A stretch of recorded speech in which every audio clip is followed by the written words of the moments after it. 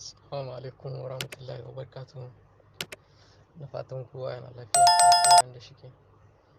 Madalla, yau wannan foton da kuka gama tura muku, yau fotuna ne wanda an kammala horon sababbin sojoji, wato wanda an ka saba yi a jihar Agadez a nan cikin ƙasar Nijar.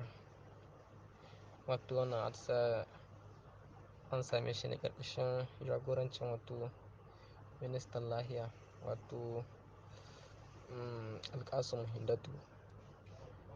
Kamar yadda kuka sani, su wannan horon ana bada su ne kamar sojojin da ake horon kuwa suna fitowa ne daga ƙasashe daban-daban, wanda ya kama daga ƙasar Central Africa, Benin, Chad, Burkina Faso, ga su nan dai da sauransu, Congo da dai sauransu. Kamar dai ma'ana ba 'yan Nijar ne ba kaɗai ake horon nan, kamar ƙasashe daban-daban ne wanda suka fito daga Afirka.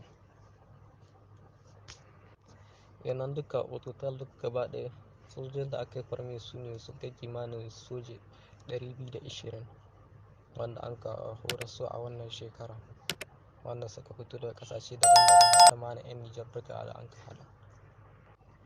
Wannan fotuna kenan na biki ne, na bikin yaye su ne, kuma wannan shine 16th edition ko ko in ce 16th millennium, kenan shine an na 16, kenan ba yanzu ne aka saba ba.